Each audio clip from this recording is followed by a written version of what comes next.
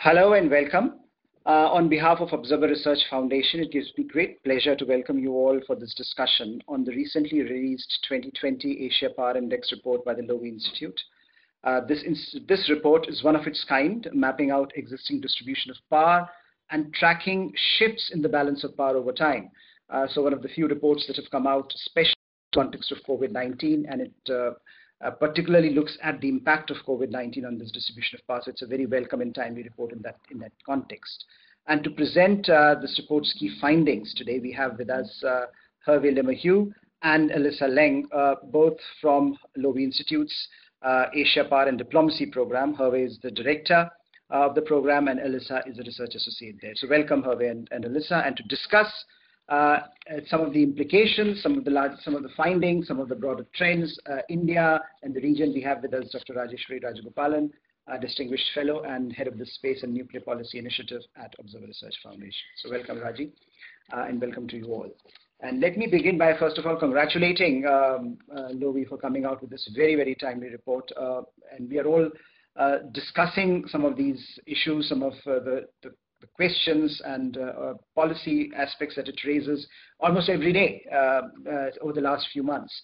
But there is so little empirical grounding for that discussion. And I think this report actually is a very welcome step in that direction. It allows us to have a more grounded discussion on what is actually happening in the region, how these shifts in the distribution of power are being perceived and analyzed in policy sense across the region. And so we look forward to hearing from the two presenters.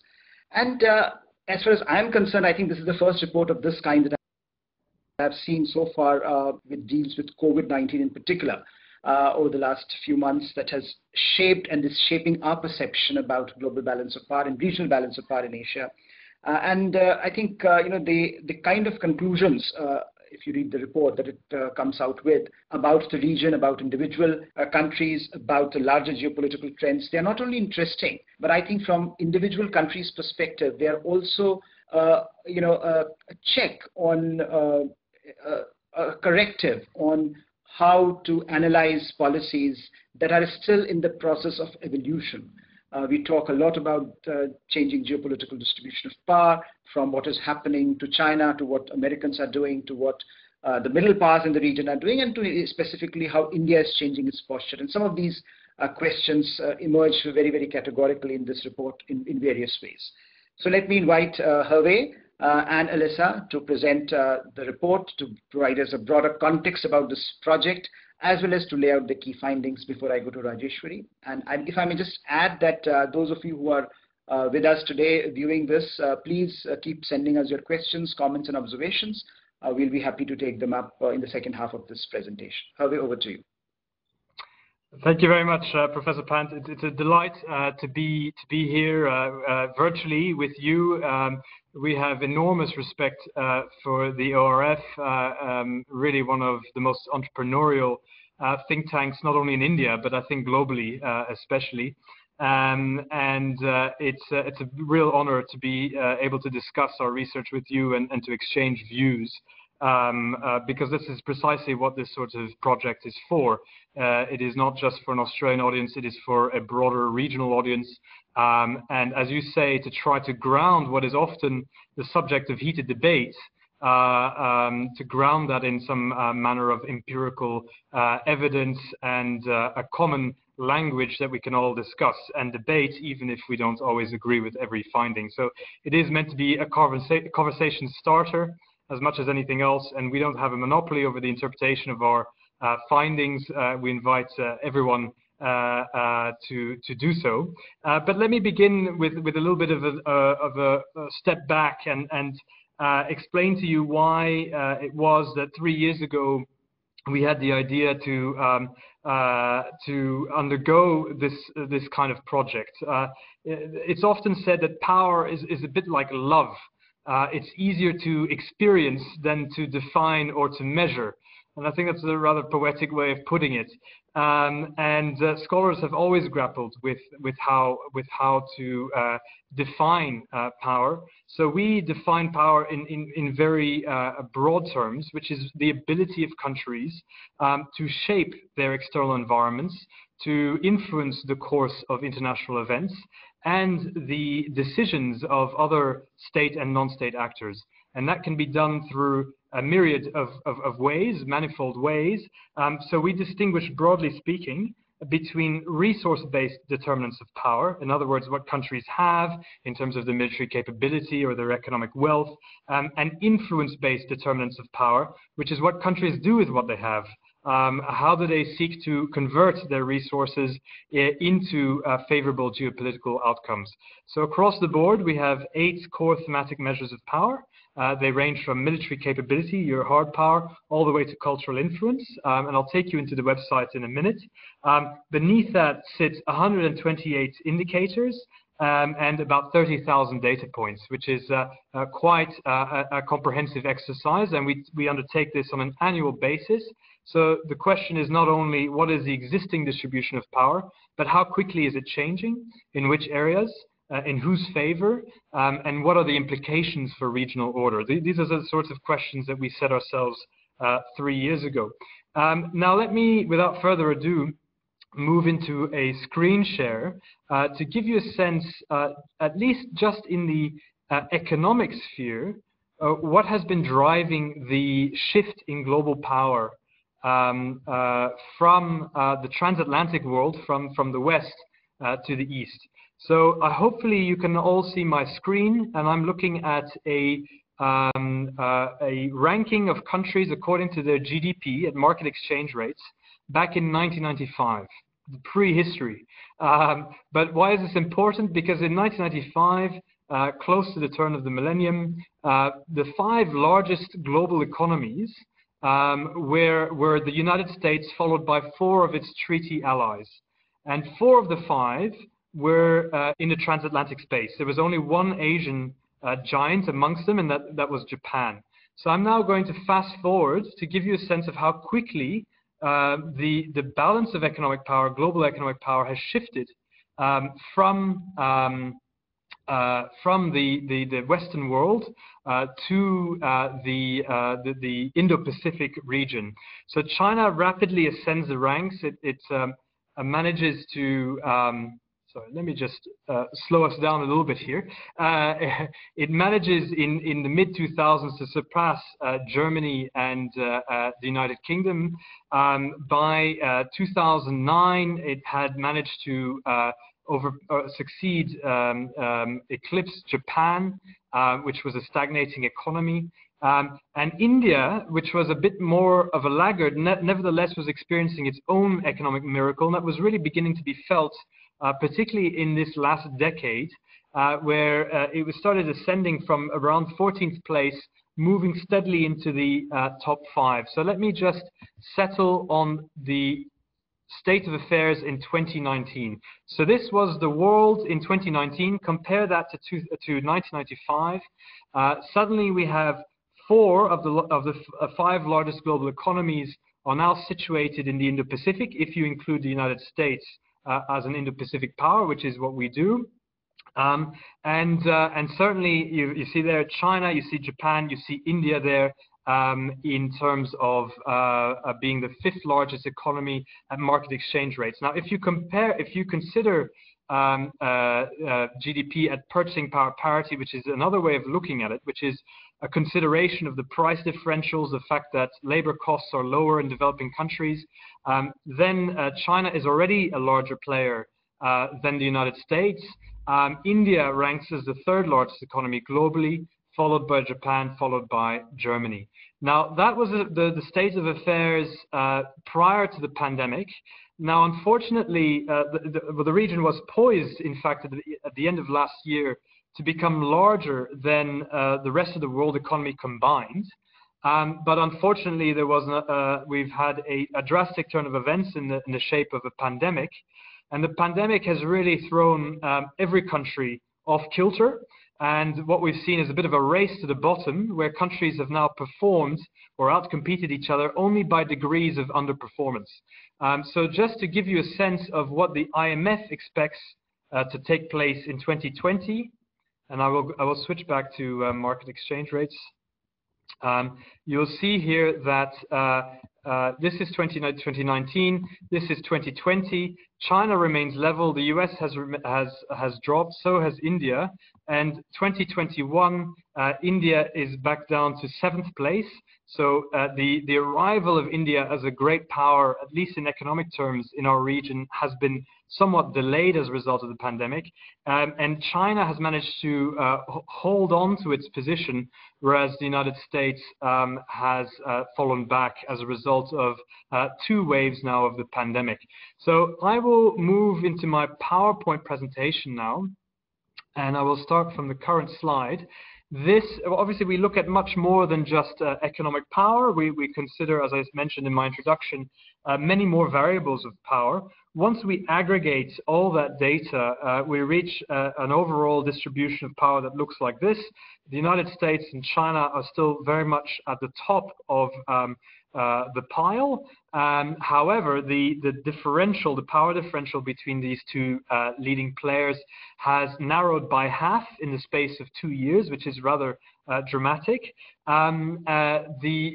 China's overall standing is level, even though it's diminished in terms of its diplomatic influence, whereas the United States has lost the most relative power of any country in the Indo-Pacific, at least in 2020. So power shifts happen only slowly outside of wartime.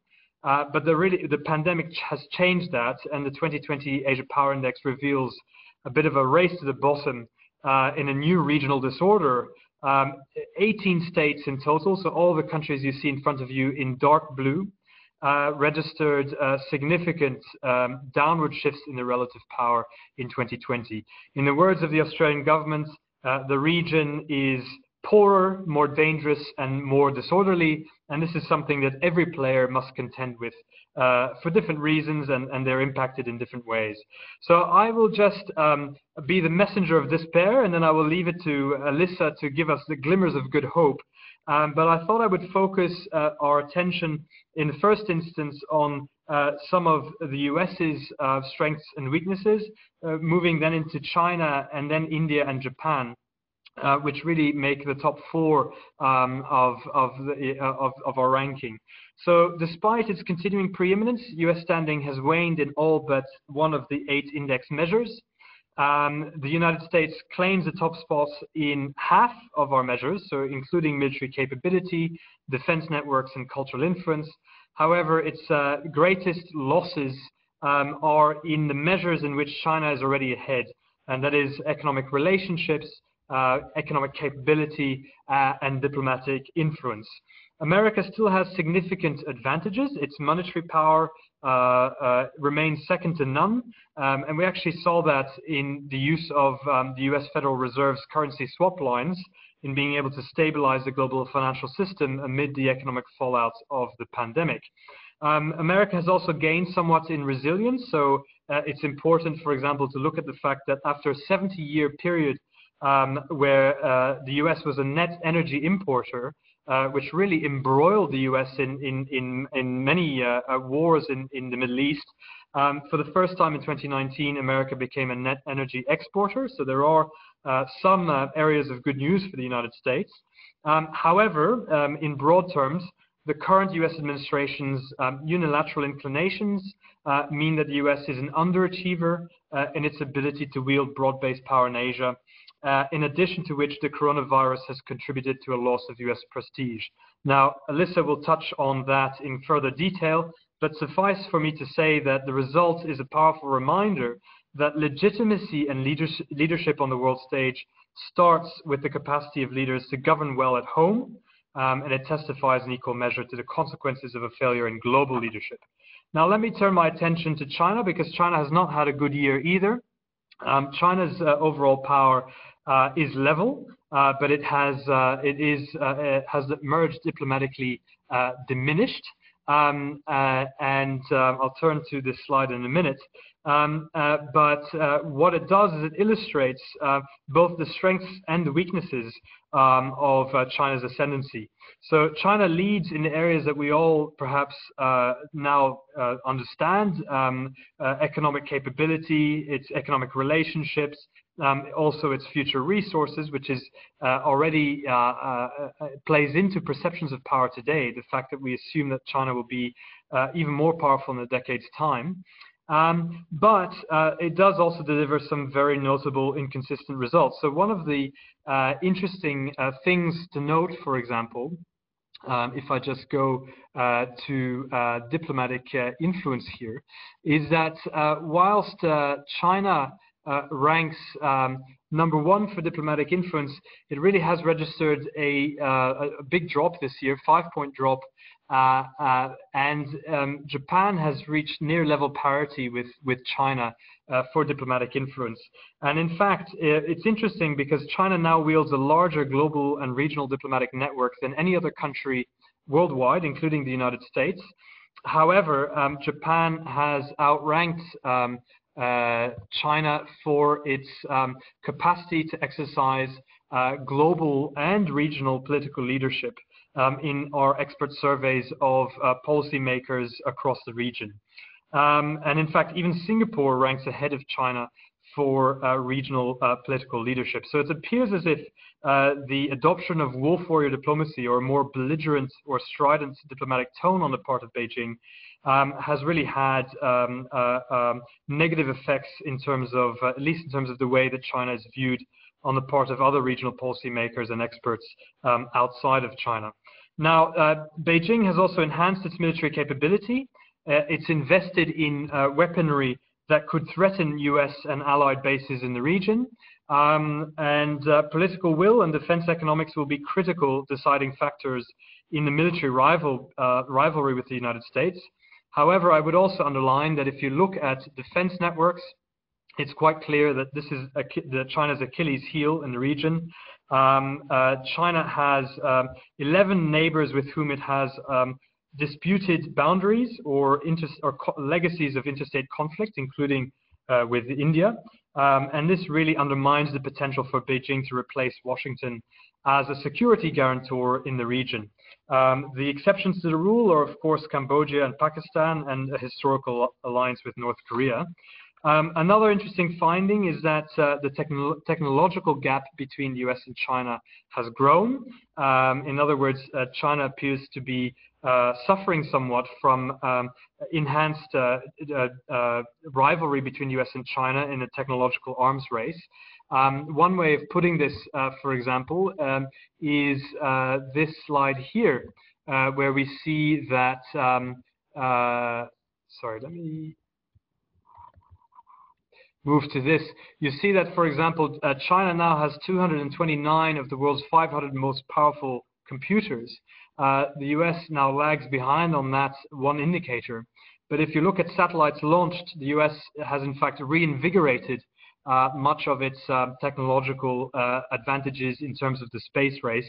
And China, whilst making progress on that front, has actually not kept pace with the United States. So that's just an anecdotal indicator. Obviously, we look at very many other indicators. Now, I want to turn up my attention to India for a minute, because India, along with Japan, occupies a very special space in our ranking, somewhere between the superpowers and the middle powers. That is to say, they form a separate strata for different reasons. Japan's strengths lie in its ability to wield broad-based influence, whether that's cultural, whether that's diplomatic, whether that is in terms of economic relationships, whereas India really has scale and potential on its side. And so in many ways, these two powers present mirror images of each other. But India and Japan have had a difficult year. I will just skip ahead here, but I will say that India has probably had the most difficult year of any country, certainly relative to their pre-COVID economic growth trajectory. So we have had to make some revisions to our long-term forecasts, which are included under future resources in our index. And India is now set to be 13% smaller than originally forecast in 2030. So we had forecast India's economy in 2030 to be about 50% of China's economic output. That was last year. This year, we think that India will only reach 40% of China's economic output by the close of the decade. And what this means for us, at least in Australia, is that whilst we have invested a lot in the partnership with India and in the hope that India will one day be able to be not only a demographic but also an economic competitor to China, that moment, that the arrival of India on the regional stage as an economic power has been delayed somewhat by the pandemic. On the other hand, I should say that India has made some real progress in terms of our defense diplomacy measure. So India had ranked 7th, is now ranked 4th for defense networks, and has really made some big steps forward. Now, in terms of its defense diplomacy in particular, and you can see that in terms of this network analysis map, how central India has become in terms of the emerging web of defense dialogue partnerships, which are no longer revolving around traditional alliances in the US sense, but actually increasingly encompass non-allied partnerships in which India has become very pivotal. Now, another area where India has really shown, I think, enhanced ambition is in terms of its diplomatic influence. New Delhi now outranks Seoul and Moscow, which is as of this year, and finishes 4th place overall for diplomatic influence, which again, I think, is a sign of the strategic will to want to play a greater role in not only its near abroad, but also in terms of further east, Act East, which is quite a big development, and it is apparent in our results. However, I would caveat that the other area where India remains rather weak is in terms of its economic relationships. This is partly a function of, sorry, let me just go back to our website.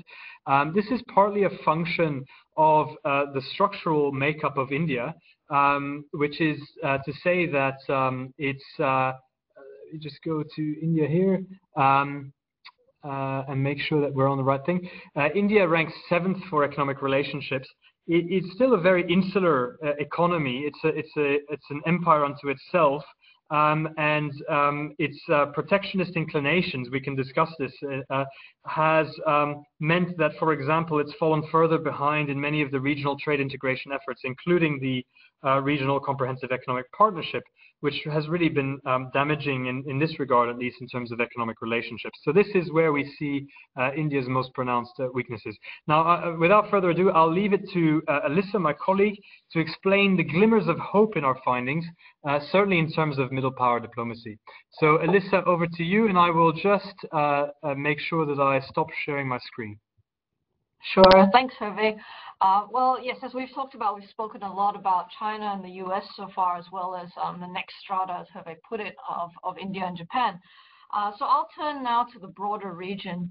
And the first group really to consider within the rest of the region are the middle powers, countries who don't necessarily have enough power on their own to control proceedings directly, but are still able to collectively influence the direction in which the region is heading. So within this group, there are 3 standouts this year.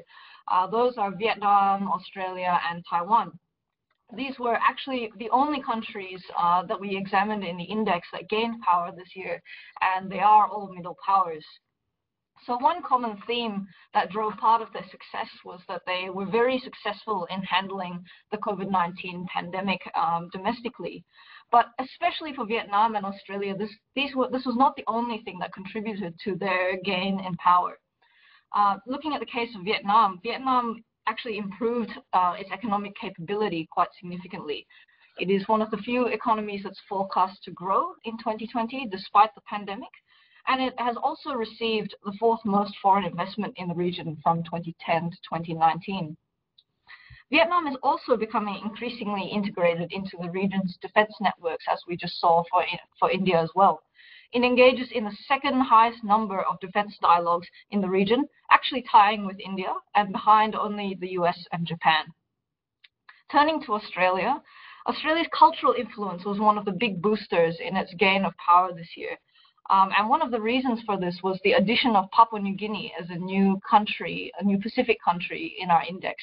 So we actually saw that the index was capturing more of Australia's influence within that Pacific region, with a lot of people traveling to and from Australia from PNG and relatively high consumption of Australian media there as well. Signing the Indonesia-Australia Comprehensive Economic Partnership Agreement also helped boost Australia's economic relationships in the region, particularly, of course, with Indonesia.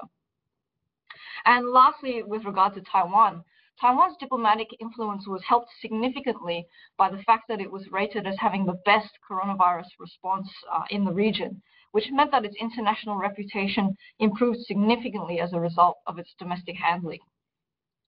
So more broadly, looking at the middle powers outside of those three high flyers, the picture gets a little bit less rosy. At best, the rest of the middle powers stagnated and held steady on their power, and at worst, they saw declines this year. For example, if you think of the 10 Southeast Asian countries, Vietnam was the only one to gain power, and the rest stagnated or declined. A lot of this is attributable to the pandemic, but other issues do continue to play a part in changing power dynamics in the region. One example of this is Malaysia, where actually it's the biggest contributor to its fall in power was because of ongoing domestic political instability, which played into its diplomatic influence. So while COVID matters, other things still continue to matter as well. So what does this all mean for the region? In part, the fact that the middle powers as a group are stagnating or declining means that the distance between the US and China at the top and everyone else is starting to grow. And in light of this, it'll be increasingly important for middle powers to sort of band together to continue to influence the direction in which the region is heading, especially in light of US-China competition.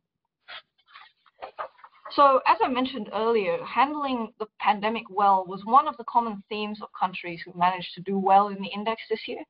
But we should also look at more broadly how the pandemic has affected power and in what ways. So in the short run, in the immediate term right now, the virus has already had significant impacts on countries' reputations, and the reputations of countries flow into their diplomatic influence. So we measured this in the index this year by surveying foreign policy experts as well as health and epidemiology experts to sort of understand what people thought of different countries' responses to the coronavirus. And we found that countries like Vietnam, Taiwan, and New Zealand, amongst others, who handled the virus well domestically, actually saw their reputations improve. And I've just got a chart to show you of this. Let me just bring it up.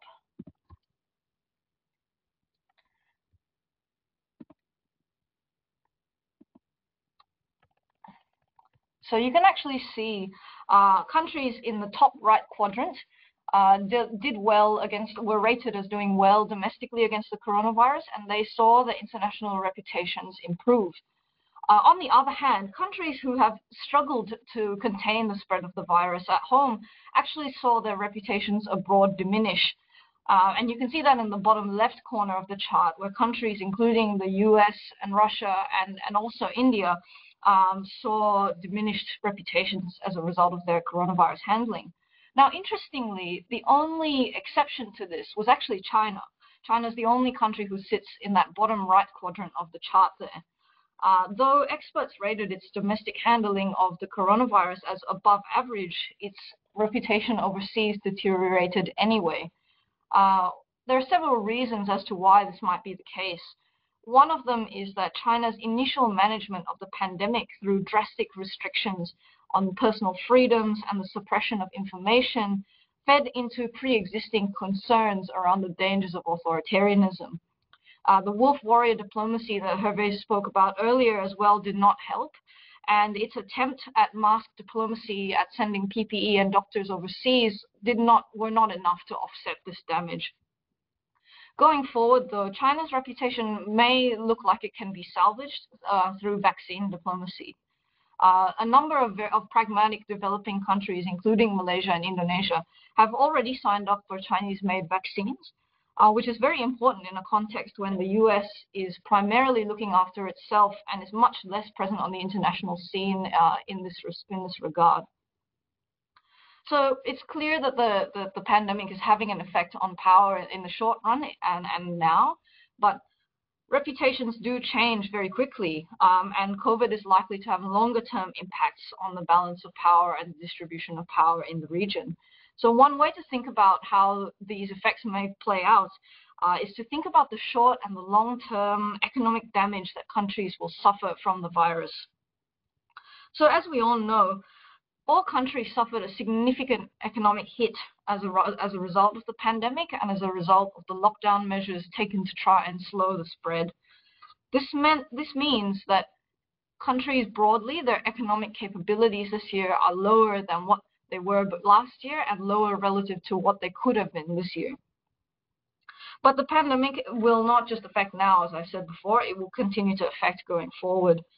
Being able to recover quickly from this economic damage, like China and other developing economies, will be a significant advantage in terms of power over those who will take longer to recover, like the US and Japan.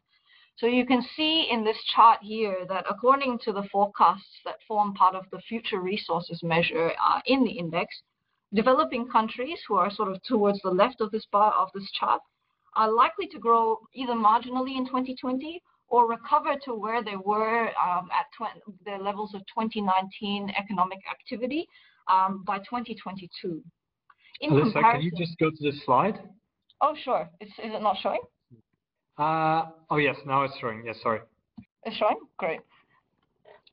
So you can see on the left here that developing countries on the whole are more likely to recover to 2019 levels of economic activity or indeed grow this year, whereas countries on the right-hand side, with the US and Japan notably on the furthest end of the spectrum, will take much longer to recover. So being able to recover more quickly will certainly provide advantages going forward. But though developing economies may have the wind at their back, so to speak, economically, subject, of course, to keeping further outbreaks of the virus under control, unfortunately, they seem to have lost out more compared to previous COVID expectations in terms of what they could have achieved economically before. Hervé spoke about this earlier in that India looks to be the country that is worst off out of everyone. And our forecasts suggest that the economy may be 13% smaller in 2030 than we expected prior to the coronavirus happening. Thinking about China in this context is interesting as well, as China, of course, has gotten off to a very quick start with its economic recovery, significantly faster than everyone else in the region. So it seems to be in a little bit of a Goldilocks zone. It's going to suffer less in the long run as it started its recovery now, and this will sort of create likely further distance between China and everyone else in terms of economic size. But interestingly, I think that this may actually bring China closer together to other countries in terms of trade and investment links, a trend that we've already been seeing over the last few years, in that its recovery means that it will have more dollars to invest with, and it will have greater demand for goods from overseas than many other countries may be capable of in the region. So we may see a further rebalancing towards China going forward as countries recover from the fallout of the virus. So undoubtedly, the balance of power in Asia is changing at a very fast pace and accelerated because of the coronavirus. Which makes the measurement and the study of power all the more relevant to the region today. So that's the results from me, and thank you for listening. Thank you, Hervé. Thank you, Alyssa. This was actually very, very interesting, and some of the things, some of the aspects that you have highlighted, as I think Alyssa pointed out, have a long-term and short-term dimension. Even COVID-19, will have the reputational costs can be salvaged, for example, over the next year or so if recovery is fast, if countries act fast. But I think some of the longer term damage to economies might be that much more difficult. So it's quite interesting to look at some of the variables and how they impact in the short and long term, and what impact that might have in terms of the larger long-term structural trends in the region. So let me invite Rajeshwari for her comments. Rajeshwari, you are most welcome to comment on anything, but we would really like you to respond to some of the long-term structural shifts that this report brings out, and how also in particular what they say about India's rise and the challenges that India will face in the coming years. Thank you, Harsh, and thank you to Hervé and Alyssa for the fantastic report. I think this is a massive exercise, and many congratulations to both of you. I have some broad philosophical differences in terms of attributing numbers to these kind of capabilities of the assessment. Nevertheless, I must say that this is a very, very useful exercise. And like Harsh said, I think it is useful to have some numbers, in a sense, to speak to us about some of the assumptions that we make about whether it's balance of power or other capability mix that come into play. And I find the military numbers, military capabilities, and even economic, of course, the base for the military power and expansion, particularly useful because it gives one a very clearer sense of where we are and what the change in the economic and military power might mean for the balance of power in the Indo-Pacific and even globally, in a sense. But a couple of things kind of stood out for me from the presentation, and as I was reading, maybe I initially thought I read it wrong, but Hervé, you also mentioned that China has a lead in the diplomatic influence. So you corrected it by saying that it has come down, but it's still significant. And that's what I want to see. How do you make those kind of? How do you attribute those numbers to these kind of things?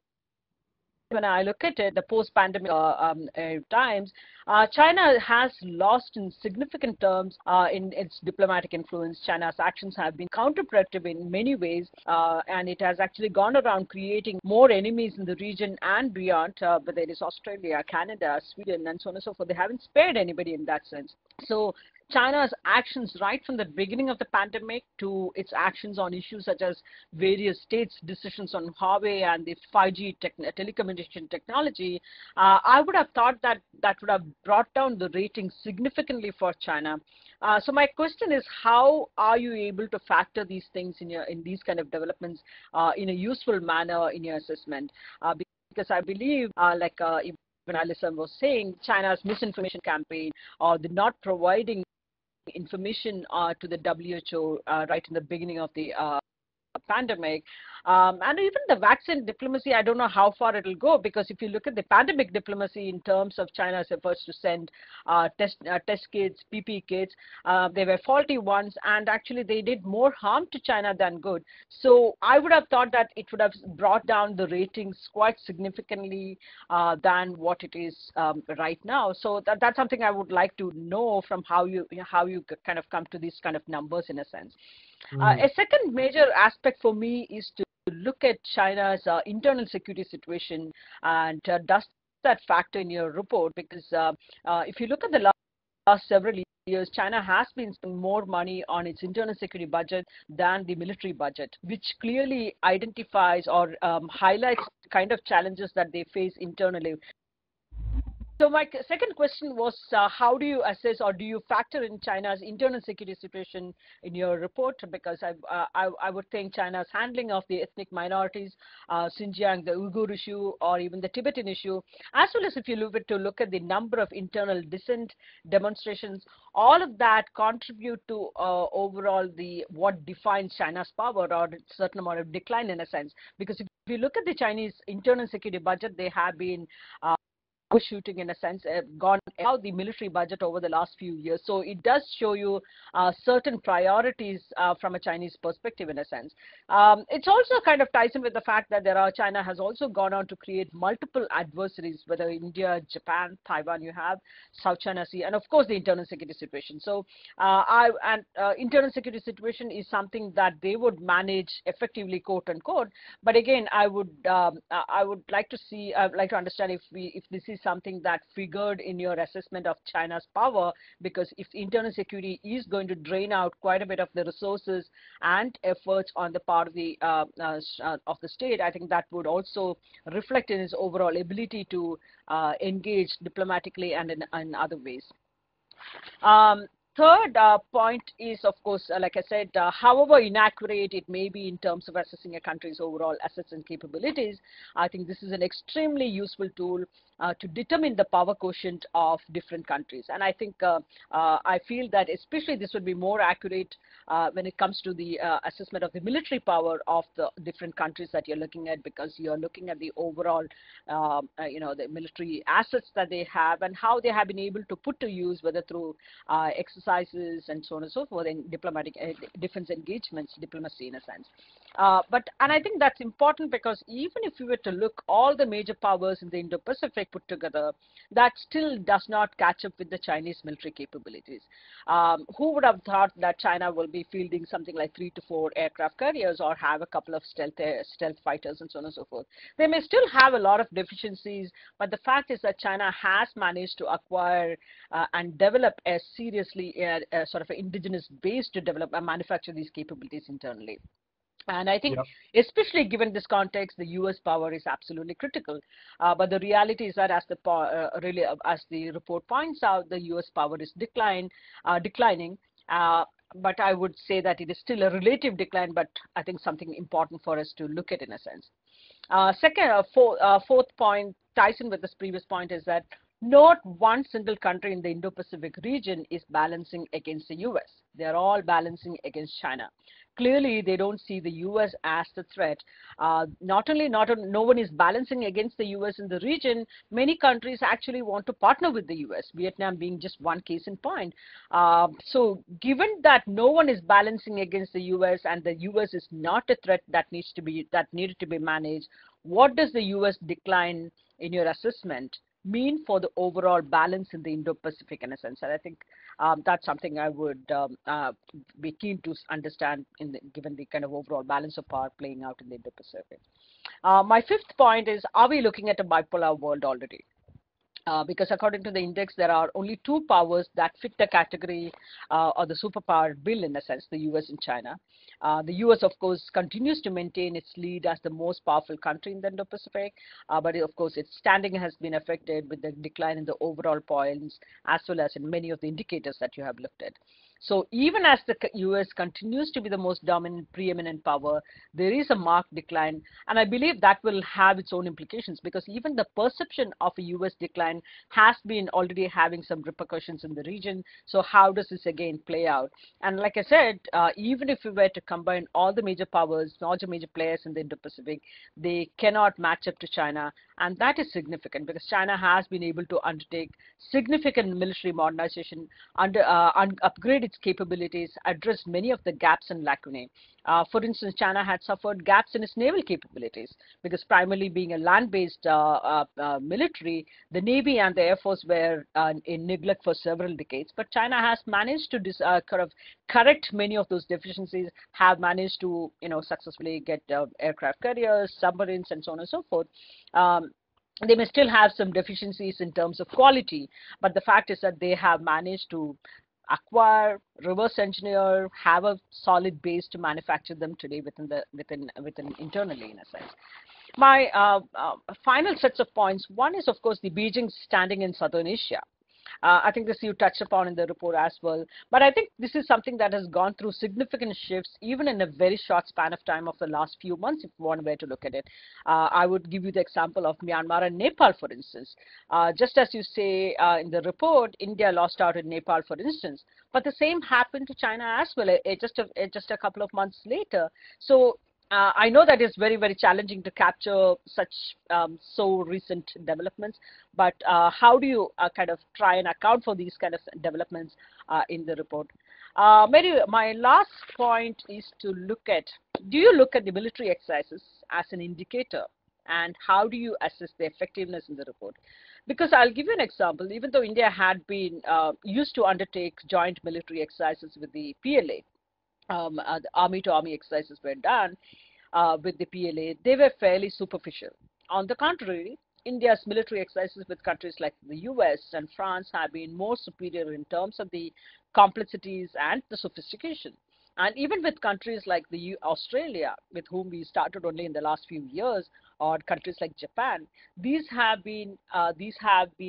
had greater refinements in terms of the kind of missions undertaken, the goals of these exercises. So there is a significant difference in the kind of military exercises that India has undertaken. Just to give you an example, so how do you make those assessments in terms of the quality of those defense engagements, the quality of the kind of military exercises undertaken? So I think, again, these are some of the points I wanted to raise, but I think clearly there is a shift in the balance of power, and I think the need for the US lead is quite significant because, like I said, even if the rest of the major Indo-Pacific powers were to come together, I think there is still they cannot catch up with China's overall economic and military power. So I think the US lead is still very, very important in this regard. And I think thanks to you both, I think this is a very useful report to at least put some numbers there to make a clearer assumptions about what we are talking about. So many congrats again, and thank you for this opportunity to be part of this conversation. Okay, thank you, Raji. I know Hervé and Alyssa, you will respond to some of the issues that Raji has raised. But if I may add one or two points here, which are slightly related to what Raji was raising. One is, this debate on the shift in balance of power. Now, one of the arguments that has been made by some is that, look, balance of power in the Indo-Pacific and the wider global balance of power was already shifting. COVID-19 merely accentuates some of the pre-existing trends. So in your evaluation, when you look at these numbers, when you look at the data, do you see an accentuation happening, or do you see something different that COVID-19 will leave a lasting impact on the way the balance of power is likely to evolve in the foreseeable future? So what kind of an assessment can we make from this report? And the other question is about economics. There is a very interesting set of figures that you provide, set of relationships that you provide in economic complexity, and you use that variable as one of the determining relationships. And of course, India is not very well integrated into the system, and India has its disadvantages. But what we are now looking at is there is a trade and technology decoupling happening across the board. So it's not simply, it's almost as if Indian template is now becoming more normal.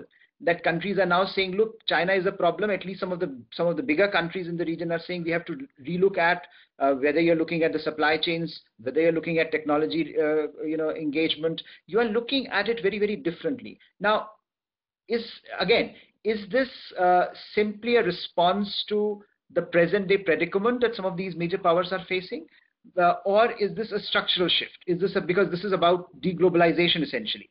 This is about how America is responding to China's rise and how countries in the Indo-Pacific increasingly concur with that argument. Some of them, at least, that decoupling in specific sectors with China is a national security imperative almost. It's not a choice. So how do we evaluate this kind of juxtaposition that is happening, both in terms of larger shift as well as in terms of the bilateral dynamic, because it will have implications for that particular variable that you have about economic partnerships. So I don't know which of these points you want to take on, but feel free to engage with them. Thanks very much for both of your set of remarks and an incredibly sharp line of questioning, and I really, really enjoy and appreciate the challenge of responding to that. So I might pick and choose some of my responses, and Alyssa may well have a few things to add. I will take them in reverse order, and I've taken some notes. Firstly, to Professor Pant's point about decoupling, bifurcation of regional supply chains. Yeah, you're absolutely right. I think we have seen, or hyperglobalism has likely peaked in Asia, and that will benefit some more than others. And for larger economies like China, like India, like Indonesia, they're actually in a better place because their trade as a percent of GDP is lower. So the ability of disrupted trade flows to impact their long-term economic fundamentals is also lower. So you're right. In many ways, the region is becoming more like India, or rather is rewarding economies that are larger and more insulated over those that are more exposed in regional supply chains. However, I would caveat, globalization will continue to exist even if the United States and China do less with each other. And so what we're talking about is a more hazardous variant of globalization, dominated increasingly by spheres of economic influence, and that matters. So much of Southeast Asia, for example, will remain economically dependent on China, irrespective of where they align themselves geopolitically, and that is something we need to worry about, in the position of India or Australia, because economics actually also drive a lot of what's happening here, more so than or equally to kind of political choice, I would say. So we do need to invest ourselves, particularly in multilateral economic arrangements, because they provide a multilateral hedge against the kind of asymmetric economic clout of China and its emphasis on bilateral economic relationships over multilateral forms of engagement. So if you think about Belt and Road Initiative, it's a constellation of bilateral agreements with individual countries, and we need to come up with an alternative. One of the problems for the US is that it's perhaps quite right to point out that of the dangers of Chinese economic coercion, but unless it's able to provide alternatives, unless we as a kind of counterweight to China are able to provide economic alternatives, the region at large will continue to decide in incremental measures to continue to align themselves with China, at least economically speaking. So that is a big warning sign, as much for India as it is for Australia. Now, when it comes to COVID, you're absolutely right. It has resulted in an acceleration of existing trends. But I do think that insofar as the sequencing of economic recoveries will vary remarkably across different countries, it may well result in longer-term redistributions of economic power that we had not foreseen. So it's not just about an acceleration of current trends. Let me continue on the point of defense diplomacy and joint training exercises. Very well put there. There is a difference between your customary, superficial, for diplomatic niceties, defense exchanges or joint training, a lot of which the PLA engages in, versus your more in-depth joint training exercises, which are really meant to build on joint operability in the event of an interstate conflict. So one way that we look at that we judge the depth of emerging defense partnerships is we look obviously at the number of joint training exercises, who is doing what with whom, how often, but we also look at other signposts of deepening defense relationships, including the number of defense dialogues, at what level, ministerial, 2+2, head of state. We also look at arms transfers as well, and we look at joint operations. So, in the case of, for example, Australia and the US, you see, that the alliance is alive and well, as opposed to, for example, New Zealand and the US. So, yes, all those metrics operate with a time lag. And it will take some time for us to continue to see, but we're already seeing the trend of India emerging here as a really pivotal player in terms of the defense diplomacy landscape of our region. Is the region becoming more bipolar? It certainly is. I think we are already in a bipolar world order. We can forget, irrespective of who wins the US election, we can forget, I think, and this is one of the points I make to the Americans, this idea that somehow the US can recover its unipolar moments. However, that need not be bad news, because the network power of the US is where it really has its comparative advantages over China. And so the US remains an indispensable player, even if it is the level equal of China. And provided that neither the US nor China can themselves assert primacy in the region, then the actions and the choices and the interests of third players becomes more consequential and will define the marginal difference in the balance of power between those two. That's why India starts to matter more. That's why Japan, Indonesia, and Australia start to matter more. So yes, I think there is a way forward, even in a future where the US has lost its edge over China. So this shouldn't discourage them, but they should equally be, I think, conscious of the fact that they have lost their unipolar moment, that this is a very different region now, and it will operate differently, and they will have to really play up their comparative advantages in terms of their network power. So yes, US power is in decline. In relative terms, it can be stabilized. However, I remain hopeful. And this is also because China's military balance of power, again, is handicapped in many ways. Obviously, China has emphasized the near abroad. It has concentrated its assets, its military modernization efforts on its near abroad. This is where it has a comparative advantage in the first island chain, increasingly over the United States. However, it has very difficult relationships with multiple neighbors on multiple fronts.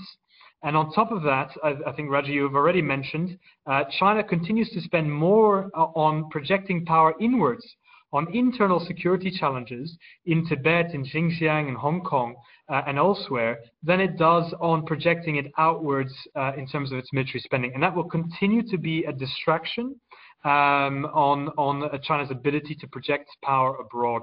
On top of which, we should also mention that China is a rapidly aging society, unlike India. So it's set to lose a third of its working force, its labor force, by the mid-century point relative to current levels. 177 million fewer workers in its working age population. That will have economic and social consequences, no doubt. Finally, just to leave on where you started, I think in terms of diplomatic influence, it is quite a counterintuitive result. It certainly surprised us as much as anyone else. Now, we're looking not just at diplomatic influence in terms of perception and the eye of the beholder, and there's no doubt that China has lost ground in that respect this year, certainly.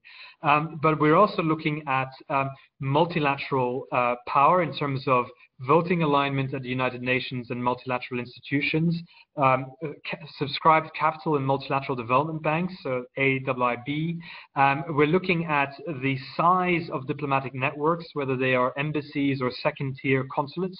And these are the levels where China has made inroads. And in fact, one of the more surprising findings is that within the submeasure, and you can look at this on the website, within the submeasure for diplomatic influence, whilst China really lags on foreign policy, which is our qualitative measure of strategic ambition and of political leadership, it has actually made inroads in terms of multilateral power.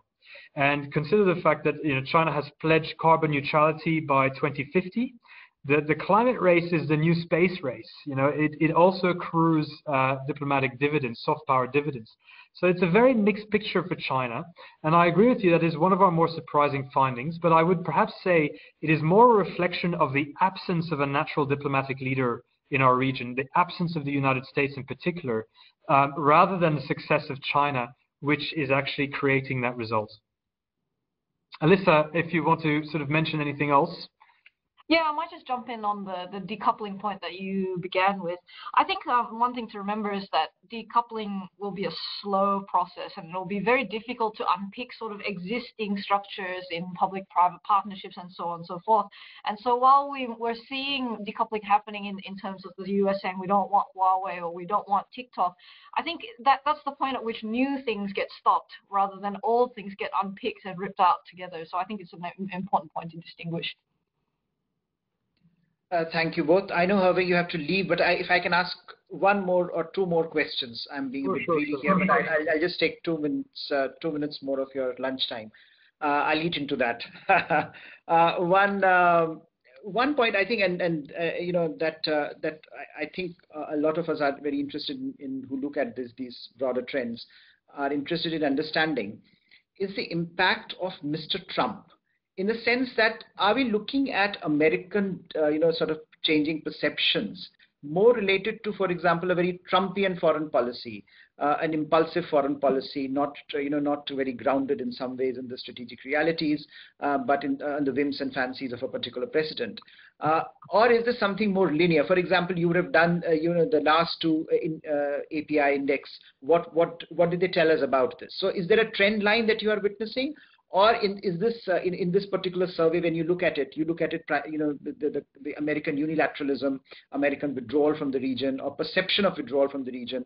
Although some would argue that America has in fact come back in a big way in the region under Trump. So what is this about? How do we explain this phenomena? And one question for Alyssa on middle powers. This is a concept that is new, and we are talking a lot about middle power diplomacy, middle power coalitions. Now, do you think, middle powers as we define them, and I would say, even India and in fact even Japan, they come in a different category, but I think in some ways what we are looking at, the kind of coalition building we are looking at, they are primarily also, in the realm of middle power, the kind of trilaterals, quadrilaterals that are emerging. If you remove America from it, it's largely middle power. These are largely middle power coalitions and middle power engagements. What are we? Of course, there is an advantage to it, which is very, very palpable, which we know can organically emerge, and given the leadership problem both on the Chinese side and the American side, middle powers can actually present themselves as a role model. But what are the problems with this middle power arrangement? What are the challenges that these middle power coalitions, that they pose, or middle power as an exemplar? Can we see middle power, like for example Vietnam or South Korea, or even Australia and India, projecting themselves in terms of exemplars in the region, or are the challenges so huge that perhaps they need the backing of a country like America to make a credible dent vis-a-vis China in particular? Thank you. Do you want to go first, Hervé, or shall I? Yeah. I might just have some brief remarks on the Trump administration and its legacy in terms of its first 4 years. The United States has become a very schizophrenic power, because on the one hand, you have at the very helm, you have a president who is a skeptic in partnerships and alliances, and a skeptic in free trade, and does not, I think, have much skin in the game in terms of Asia. I mean, he has become more confrontational towards China, but only really towards the end of his term in office, his first term in office.